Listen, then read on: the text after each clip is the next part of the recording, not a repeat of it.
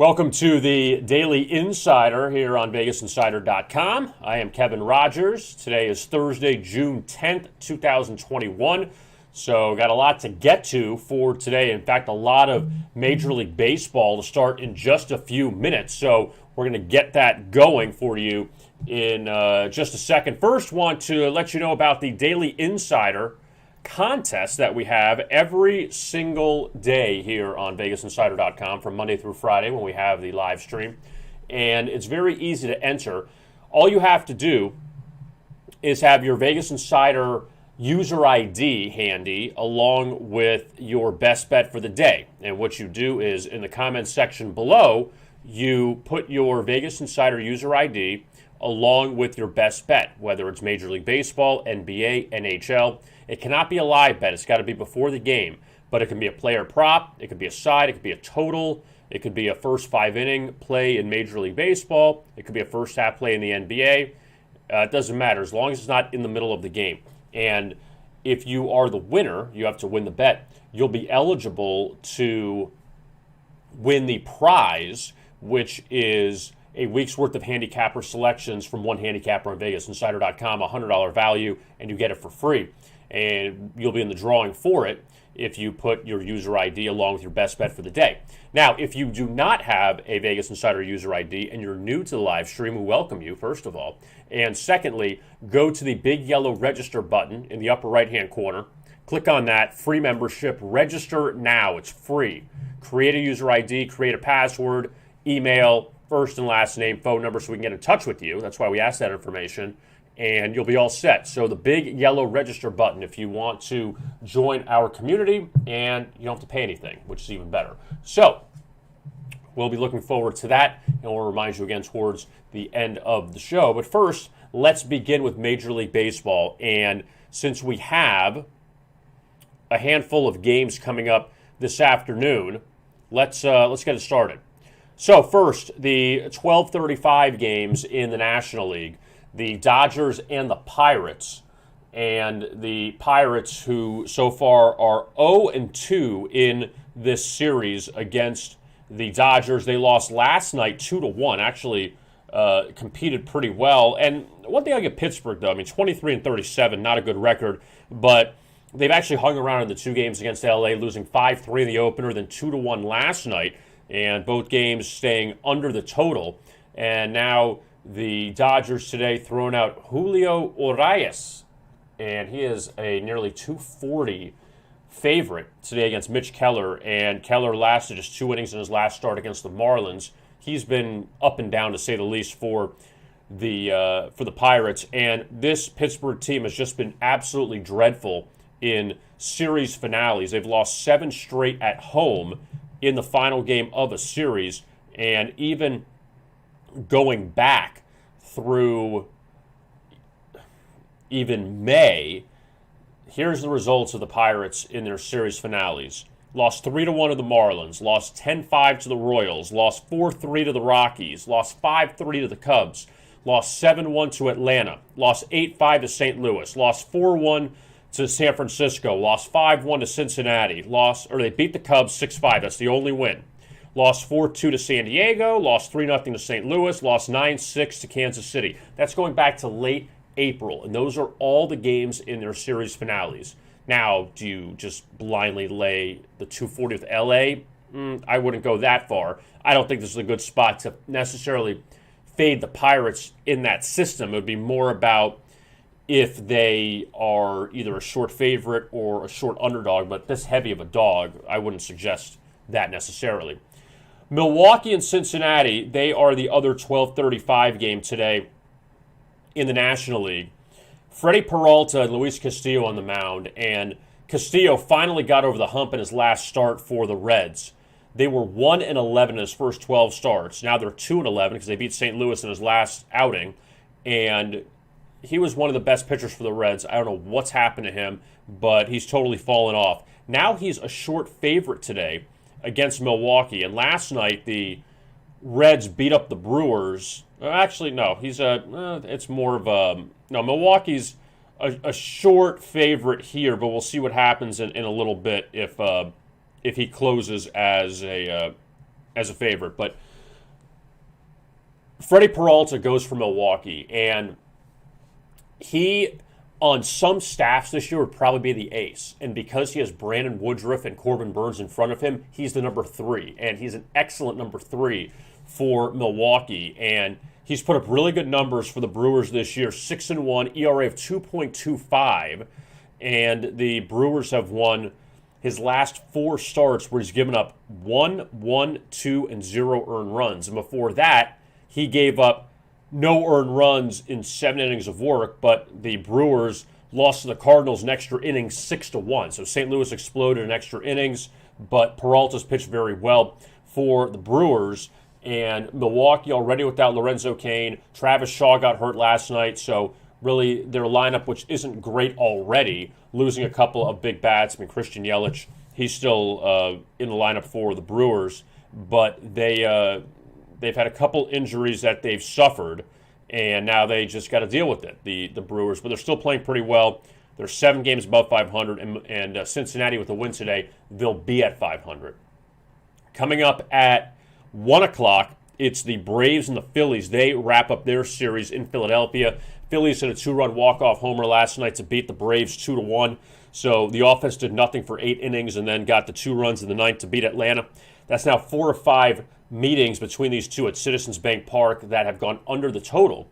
The opener went over, but the first 3 earlier in the season all went under. Last night goes under, and now you could have another under today with Zach Wheeler and Ian Anderson on the mound. Anderson struggled of late. He's allowed 4 earned runs in each of his last 2 starts. His only start as a road dog this year was probably one of his best against the Yankees. Beat them 4-1, 6 2/3, scoreless innings. And for Zach Wheeler, he has been the best pitcher on the Philadelphia staff. Better than Aaron Nola. The numbers prove it this year.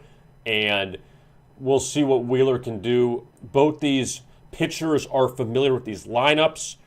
And Ian Anderson has faced the Phillies a few times. Zach Wheeler's seen the Braves plenty from, obviously, his time now in Philadelphia and going back to the Mets. So we'll see how this goes. 7.5 total. You could have another low-scoring game between those two in Philadelphia. In the night action in the National League, San Francisco and Washington. That's very intriguing. The Giants are 38-23, which is insane that right now San Francisco, they own the best record in baseball, barely over Tampa Bay. 38-23, Tampa Bay's at 39-24. But the San Francisco Giants, who came into this season already as the 3rd best team in the National League West behind the Dodgers and the Padres, they have better records than everyone else in Major League Baseball. So now they continue their road trip after they lost to the Rangers yesterday in extra innings. Anthony DeSclafani goes for San Francisco. Max Scherzer for Washington. Scherzer's been outstanding for the Nationals this season. And Washington, a heavy favorite here in spite of the fact they're 8 games below 500. But it's the Scherzer effect. And DeSclafani, he's had a career year. He's had 1 horrible start against the Dodgers. But besides that, he has pitched very well.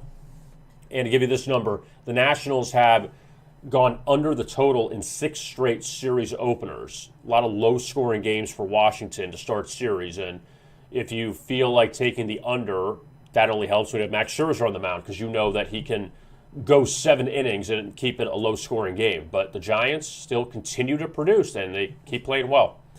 Colorado-Miami is the final National League game of the night. Trevor Rogers and Chichi Gonzalez on the mound. And look at the respect Trevor Rogers is getting, a 200 favorite at home against Colorado. And the Rockies beat the Marlins last night, a rare road win for Colorado. And for Trevor Rogers, he's been very good for the Marlins this season. And I don't think anybody would have ever thought this guy would have been this heavy of a favorite. He's got an ERA below 2. He's 6-3 so far on the campaign. His highest favorite price was 153 against Baltimore back in late April. He won that game 3-0. In fact, threw 7 shutout innings. His last start, no decision in an extra innings loss to the Pirates. But for Trevor Rogers, so far this season, he's put up great numbers. He has allowed more than 2 earned runs 1 time. And he's facing a Colorado team that is the worst in baseball on the road. Actually, their numbers have been a little bit better of late, but they're still 5-23 on the road. Well, I say better of late because they won one, so that's got to mean something. The American League, the only afternoon game, which is getting started in about an hour or so, is Seattle and Detroit. And I will admit this, that you catch the break when you take overs now in baseball. All you got to do is hope, and a big hope, that games go to extra innings so the floodgates can open up. And I had the over last night. It closed at 9 between Seattle and Detroit. This was a 3-3 game going to extra innings. And this is how it turned out. So you go, in case you missed this, I know a lot of you were paying attention to the Mariners and Tigers last night, for those of you that didn't pay attention to it. So it's 3-3 going to the 10th inning. Seattle gets a run at the top of the 10th to tie it, or to take the lead, at 4-3. Tigers, in the bottom of the 10th, they move the runner to third. Wild pitch. Run comes home, tied at 4. Go to the top of the 11th inning. Seattle scores 5 times to go up 9-4. So you get the easy over. And then Detroit scores 2 in the bottom of the 11th, but they lose 9-6. So Mariners finally beat the Tigers for the first time in 5 tries this year. But you go 3-3 going to the 10th and a final score of 9-6. Sometimes you get the breaks on that one if you have the under. Look, Casey Mize went into last night. I think it was 9-1-1 to the under in his 11 starts this year. And the one over was the same thing that happened last night in the only over at Boston. Game was under the total going to extra innings. Extra innings pushed the game over the total. So Casey Mize has been an under machine for Detroit, but those breaks have been the reason why he's had a couple overs hit. But the Mariners ended up beating the Tigers today. Rubber game at Comerica Park. Justice Sheffield and Tyler Alexander on the mound, and Seattle looking to finish off a series victory where, look, Seattle's been a little better on the road. They're 31-32. I feel like the Mariners should be worse than the record indicates, but they've been no-hit twice by Baltimore and Detroit, and yet this team is one win away from being at 500 in a tough division. The Angels have had a bit of the Angels have been hurt with the Mike Trout injury, but you still have Oakland and Houston in that division. And, Texas has been pretty bad of late. But Justice Sheffield, though, he comes into this one off of wins his last 2 starts. So he's not a bad pitcher for the Mariners, and you see them as basically like a pick'em against Detroit. Houston and Boston, that starts off the night action in the American League. You have 4 games tonight in the AL. Houston and Boston, the Astros have just had the Red Sox number of late. Simple as that. They beat the Red Sox last night at Fenway, 8-3. And so far, the Astros are 5-1 against the Red Sox this season. They put up 15 runs in the first 2 games against the Red Sox. 15-4, they outscored them. And Zach Greinke goes tonight. Zach Greinke coming off a complete game victory over Toronto, his last time out. And Zach Greinke's away numbers, 4-0, 1.50 ERA away from Minute Maid Park. He's had a couple shaky starts at home. I don't want to say bad starts, a couple shaky starts. But on the road, he has been outstanding. And we know about his resume. Eduardo Rodriguez goes for Boston. He's coming off an underdog win against the Yankees his last time. Well, no decision. But the Red Sox won with him on the mound is what I care about. Personal records only take you so far. What did the teams do with you pitching? 5 1/3, 7 strikeouts, 7-3 win for Boston over the Yankees. And then actually snapped a 4-start winless streak for him. One of those starts was his worst start of the year, coming at Houston, allowing 6 earned runs in less than 5 innings of work, 11-2 loss to the Astros. So Rodriguez looking to pitch a little better against this Houston team. And the Astros, they're hitting 284 against lefties this season. And they already racked Rodriguez one time this season.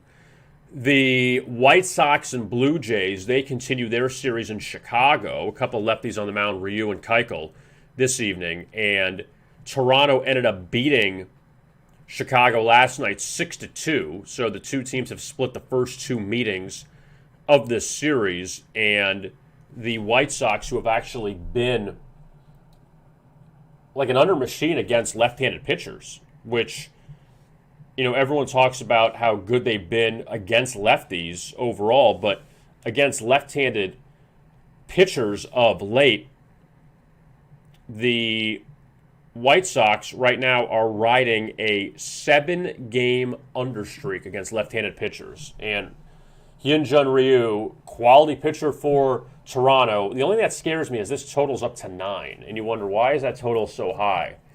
And we know Toronto can hit. White Sox are obviously very good offensively, and both these teams good averages against lefties. Blue Jays were shut down by Carlos Rodon in the opener of this series, so now we'll see what he does, or what the Blue Jays do today, or tonight rather. But Toronto, they haven't been great of late since they beat the Marlins a few times. They're 2-3 in their last 5. I know it's a small sample size, but you're playing the likes of the Astros and the White Sox. You're playing good teams. You're not playing the Marlins. Yankees and the Twins from Minnesota. Garrett Cole got the win last night as a heavy favorite, and the Yankees really needed that win simply because they got swept by the Red Sox. They won the first game at Minnesota, 8-4. Then they won the second game. So now all of a sudden the offense is starting to pick up. 17 runs the last 2 games for the Yankees. And they right now are riding a 4-0 over streak. Minnesota, they have crashed back to earth after they were terrible most of the season, had a nice little run, and now they've fallen back. And for the Twins, that's 6 losses in the last 8 games. And it's Michael King and J.A. Happ on the mound. And Happ, the former Yankee, he's been terrible this year. 5.61 ERA. In fact, in his last 7 appearances, all overs. So maybe look at an over there. The Twins actually put up runs for Happ, which is weird. 5, 6, 8, 4, 8, 3, 10. So the Twins somehow score runs when Happ is on the mound, but he can't do anything up to keep the other offense down. For King, he is coming off an appearance against the Red Sox. A start, 4 earned runs in 5 1/3 innings. 5-2 loss by New York. So now he's getting a little more run in the rotation. But Yankees are swinging the bats well. That total is 11 tonight. If you want to take a shot at that one, 11. The Royals and the A's, they wrap up the night. Kansas City had a miserable series against the Angels. Now they continue their road swing going up to Northern California tonight to take on Oakland. And the Royals have reverted back to the bad Royals. 5 consecutive losses. And in the last 4 games, they have scored a total of 6 runs. Oakland coming off a mini sweep of Arizona. And the one thing I'll say about Oakland, looking back at this, they have won 6 of 7, but they've beaten Seattle, Colorado, and Arizona. It's not exactly great competition. Mike Minor, who spent some time with the A's last year after he was with the Rangers. Minor, here, okay, I'll give you the good news and the bad news. What do you want first? I'll give you the good news.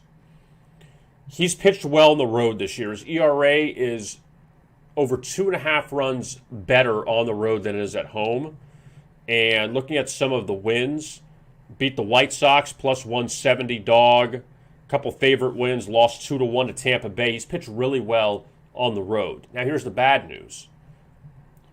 For whatever reason, Mike Minor has not pitched well against Oakland. And last year with Texas, last few years when he was with the Rangers, he saw Oakland a lot. He had some bad numbers against Oakland. And that's the one thing that scares me about Mike Minor tonight. Even though the Royals were swept by the Angels, now they're going to play this A's team in which Frankie Montes has not been good at home. Montes won his last start at Oakland, but his road number, or his home number, is 5.31 ERA at home. And the A's have lost his last 3 home starts, where they've scored a total of 3 runs. So you got some bad numbers both ways on these teams. Nothing really redeemable. And that's what's scary about taking that game tonight. And that's the late night game out in Oakland. Now, let's go over to the NBA. And the NBA, one game last night, and was a laugher again. Phoenix beats Denver 123-98. And the Nuggets are in big trouble now because they were up double digits in game 1, blew that. Nikola Jokic wins the MVP. Feels like this always happens. These guys win the MVP and then all of a sudden their teams fall apart. But you see Denver scores 42 in the first half. That's not going to cut it. Almost had it over last night. I took the over in the free pick video on VegasInsider.com, and the under was looking good for most of the game. 68 in the fourth, almost got it. But you can't dig yourself that hole. You can't have a 46 and a 48 on a 224.5 total. The math just doesn't work. You need to get at least in the 50s, at least. And they didn't get there for a while. They finally had a good third and a really good fourth, but it was too late. So, a couple things on this. I had a little more faith in Denver. After seeing what happened with the Lakers in the first round against the Suns, Anthony Davis was out the final 3 games. He played in game 6, but he was there for a few minutes and it was done. I thought that, okay, maybe Phoenix caught a break and now they're playing a tough Denver team. But the Nuggets, though, they just weren't getting the contributions like they did in the first round. Monty Morris had a great first round against Portland. Michael Porter Jr. had a very good first round against Portland. And Phoenix also isn't a one-man team either, like Portland is with Damian Lillard, who had some crazy games. Phoenix has a little more well-rounded of a team. Devin Booker's a star, but you also have a Hall of Fame point guard of Chris Paul. DeAndre Ayton's a really good young center, and they have some other young players around him. So Phoenix a little more well-rounded. And when you look at what Denver did, Jokic had 24 and 13. But if Jokic is scoring 24 points, you better hope that you're getting a lot of help elsewhere. Porter, 3 of 13, 11 points. Morris, 1 of 7, another terrible shooting night for him, 3 points. Austin Rivers, 2 of 5.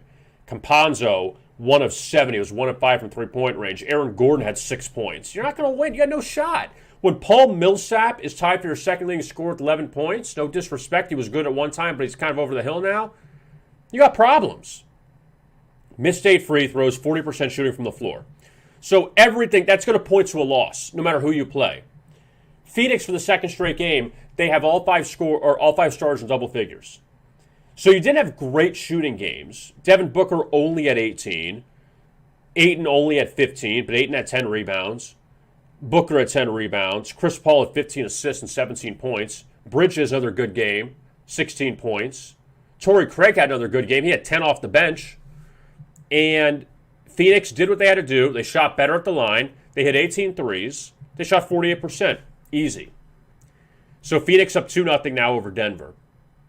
And it'll be really interesting to see how the Nuggets respond going back home. Because right now they're in big trouble. They really are. They played horrible in the first game and a half. I don't say first 2 games. The first half of the first game they played well. Second half, no. Second game, absolutely not. Now let's go to tonight's action inside of the NBA. We got 2 games. Brooklyn, Milwaukee. All right, Buccos, let's see what you got. Down 2-0, blown out in game 2. No James Harden for Brooklyn tonight. Jeff Green out again for Brooklyn, but he's been out for a little bit with the foot injury. All right, Bucks. Your shooting has been horrible against a not-so-great Brooklyn defense. So is it Brooklyn's defense, or is it that the Bucks just aren't hitting shots? Milwaukee closes a favorite in game 2. 8 of 27 from 3. Giannis cannot shoot threes anymore. How many times have I said this on here? Giannis Antetokounmpo in the paint, unstoppable. When he starts shooting jumpers, let him shoot jumpers. 2 of 7 from the line, 0 of 3 from three-point range. Did that lose the game for Milwaukee? No, they got killed. It didn't matter what he did from the foul line. They weren't winning that game. But And again, that goes back to, well, Giannis has to shoot free throws. If he gets in the paint, he gets fouled. Fine. But the threes, you got to cut them out of your game. You got to find a way to get inside. You're 8 of 15 from the floor. You're 0 of 3 from 3. So you're 8 of 12 on shots that aren't threes. Now, I don't have a shot chart of what Giannis did on the 12 shots, but I'm assuming a lot of them were inside the paint. Nobody could stop him. Why are you trying to do other things? You have other shooters. Even though they're not shooting well, you have other shooters. Chris Middleton's been terrible in this series, shooting from the floor. 7 of 20, 3 of 8 from 3. Drew Holiday only at 13. And you're not getting the help from the bench. Obviously, with DiVincenzo out, that's another shooter. That's not there. Bryn Forbes had 10, big deal. Connaughton, he had a nice series against the Heat. He's done nothing. Milwaukee's in trouble because you know what? Kevin Durant scored 32. Kyrie had 22. Still without Harden, and they're putting up all these points. Now, Blake Griffin didn't have a great scoring night. Still had 7 points and 8 rebounds. He's been a nice addition to Brooklyn because you're not supposed to be the star. Just help out, and that's what he's doing. Joe Harris had 13. Bruce Brown had 13. Mike James had 10. He had a plus 30 when he was in the game. So the Nets may not have a lot of supporting cast behind Durant and Kyrie. I'm saying that because now Harden's on the shelf. We don't know when he's coming back. But Milwaukee doesn't have to play perfect, but you got to hit some shots. Like, there is no way. Kevin Durant's not getting held to 12 points in the game. Kyrie Irving's not getting held to 12 points. Unless they get hurt, those guys are scoring their points. And they're getting the contributions that Milwaukee's not getting. So now let's go to tonight, where Milwaukee's a 3.5-point favorite, total of 234. Both games have finished under the total comfortably. And now this total has dropped from 239.5 to 238.5 after they got steamed up. It's now 234. Now, I dug up a number. Unfortunately, I don't. I had a sheet of paper, but I'm gonna. I have this for you. I'm gonna give you this number right now. Looking at the first quarter, okay? First quarter for tonight between the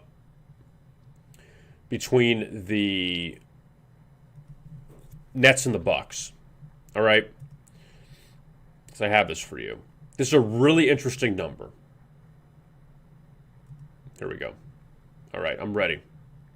Now, a lot of people think that teams down 2-0 going back, well, I shouldn't say going back home, because this doesn't apply for everyone going back home. Just teams down 2-0, they're going to respond in game 3, at least early. They're going to play well, they're upset, all this other stuff, because the other team isn't upset. They're going to be lazy. Since the start of the 2020 playoffs in the bubble, and I know everyone wants to discount the bubble because it's the bubble, but it still happens, so we have to mention it. So since the start of last season's playoffs, 13 teams, this does not include Milwaukee or Denver, 13 teams were down 2-0. The record of those teams, the ATS record of those teams in the first quarter of Game 3, down 2-0, 4-9. So basically, the thought that these teams down 2-0 are going to get off to fast starts is not true. When you go back to the first round, we had 4 occurrences of teams down 2-0. Wizards, Celtics, Heat, and Clippers. Washington got destroyed in the first quarter by Philadelphia in Game 3. Boston was down big early, but had a great run to the end of the first quarter and ended up leading Brooklyn, so that's the one winner. Heat were blown out in the first quarter by the Bucks in Game 3, and the Clippers lost the first quarter to Dallas in Game 3 of their series. Now, granted, the Clippers are the only team that survived all that came back and won the series, but teams trailing 2-0 in the series, first quarter, not exactly the place to take them. It's not as easy as, oh, well, I'm going to take Milwaukee first quarter because they are mad and they're going to be motivated and all this other garbage because Milwaukee's not shooting the ball well. And the other side has 2 Hall of Famers. Would have had 3 if James Harden was healthy. So maybe look at Brooklyn first quarter. I don't have enough faith to back Milwaukee in this game just because they haven't played well so far in the series. They're not shooting well. And I don't know how much I depend on Giannis as a closer. I don't. Kevin Durant and Kyrie Irving, say what you want about them, that Durant had to hook up with Golden State to win his title. Kyrie did help LeBron win a title in Cleveland. He's still LeBron there. But now they're all kind of doing it together, and Harden obviously hasn't won a title yet, and he's injured. But the Nets have guys that have been there before. Where Milwaukee, what's the biggest game Mike Budenholzer's ever won? What's the biggest game Giannis has ever won? So that's where I'm just not ready to back the Bucks just yet. Let's see what they do here in Game 3. The late game, Clippers and Jazz out in Salt Lake City, and a horrible start for Utah in the first quarter in Game 1, where they couldn't hit a lick. They made 4 field goals in that first quarter, but still they came back and won that game. Down 13 at the half. Got to give the Jazz a lot of credit. Down 13 to Kawhi and Paul George. Paul George had a terrible shooting night. Donovan Mitchell blew up for 45. He had a slow start, and he really took advantage. No Mike Conley for the Jazz in Game 1. Mike Conley questionable for Game 2 tonight. But the Clippers, though, that's a bad meltdown for them. That they should have been up 1-0, and at least you get the split. They had won their first 3 road games of the playoffs at Dallas, and now already 0-1 or down 1-0 in the series. If you had Utah, though, you were laying 3. It closed ended up as a push. The Clippers had a couple of baskets they made in the final minute or so from Kawhi and from Paul George. And that one, if you had Utah, was a bit of a disappointment because you thought, all right, they're up, what were they up? 8 in the final minute and a half, and the Clippers hit a couple shots, and they ended up losing by 3. So that kind of stinks if you had the Jazz laying the points. You got the push, depending on which line you got. Obviously, everyone had different lines. But now Utah comes into this game tonight laying 3, total of 222, and that one, talk about landing right in the number. Jazz pushed, for the most part, stayed under by a half point. And now the total's up to 222. And the Clippers have been a pretty good under team so far in the playoffs. They hit the over on that low total in Game 7 against Dallas, but they've been a good under team. So see if that's the look again coming up tonight. And then tomorrow, you have Philly, Atlanta, Phoenix, Denver. And this is it. This is your Elite 8 in the NBA. This is what we're down to. Well, the Final Four is almost set in the NHL. And you have 3 teams in. The Islanders beat the Bruins last night 6-2. And a really good job by the New York Islanders, who now play the Tampa Bay Lightning in one of the semifinals. We can't call it conference semifinals, just the semifinals. There's no conferences. But New York, for the second straight series, tied at 2-2. They win Game 5 on the road like they did at Pittsburgh in the first round. And then they go to Boston in Game 5, win that one, and then a comfortable win in Game 6. So Barry Trotz, again, quality coach, won the Stanley Cup with the Capitals, moved to New York. Now he's done a good job with the Islanders, and the Islanders are 4 wins away from the Stanley Cup. Or at least getting to the Stanley Cup, not winning the Stanley Cup, but just getting there. And the Islanders are going to be very tested in this round by Tampa Bay. And what's so interesting is all 3 teams that have moved to the conference or to the semifinals, the Final Four, whatever you want to call it, they did not win their division. Islanders, Tampa Bay, and Montreal. None of them won their division. And you can go 4 for 4 in that discussion if Vegas ends up winning tonight against Colorado. The Golden Knights down 2-0 to the Avalanche, win 2 at home, win Game 5 in overtime in Denver. Now they go back home, try to close it out. And Vegas, a nice favorite here tonight. And Vegas finished in second place of the West Division this year. So you could have no division winners in this realignment season in the Final Four, which is nutty to me. But Vegas, for the most part, Vegas and Colorado are going back and forth for first place. It's not like this is an upset if Vegas beats Colorado. But also, good job by the Golden Knights to be down 2-0 and to come back and even lead now 3-2. And obviously, they want to finish this off tonight, not have to go back to Colorado for Game 7. But winner of this series faces Montreal in the next round, and you know that the one of these teams is going to be heavily favored. That Montreal, I don't want to say Montreal's no shot. They have Carey Price, but it's going to be a tall task for them. They're not playing Winnipeg in this round. So if they have Colorado or Vegas, that's going to be a lot of that's going to be a tall hill to climb for the Montreal Canadiens. So that's the look there at the NHL. Colorado and Vegas tonight, the only NHL game. And then once we get down to the Final Four, it's going to be every other night. And it's going to almost be done, the NHL. And then they'll get back to normal coming up for the 82-game season in October. Want to tell you about our plays for purchase on VegasInsider.com. NBA, NHL, Major League Baseball. Go to the Buy Picks page. Scroll over NBA, Buy Picks, NHL, Buy Picks, Major League Baseball, Buy Picks. And you see here all the handicappers, $29.95 per handicapper, and you see the picks that are up for today or tonight's action, and also the guaranteed picks, $39.95 per pick. Now, it's only one selection. It's the best bet. Pay after it wins. If it's a winner, you pay, but also you won. If it's a loser, you pay nothing. So simple as that. Really no obligation necessarily, because if you don't win, then you don't pay. So we have that for Major League Baseball, NBA, and the NHL. Those picks are there. Also, going back to the homepage, want to remind you about you have UFC coming up this weekend, UFC 263. Also, the Euro 2020. You can get all of the analysis, picks, all of that. Go up to the Euro page right up here, Euro 2020.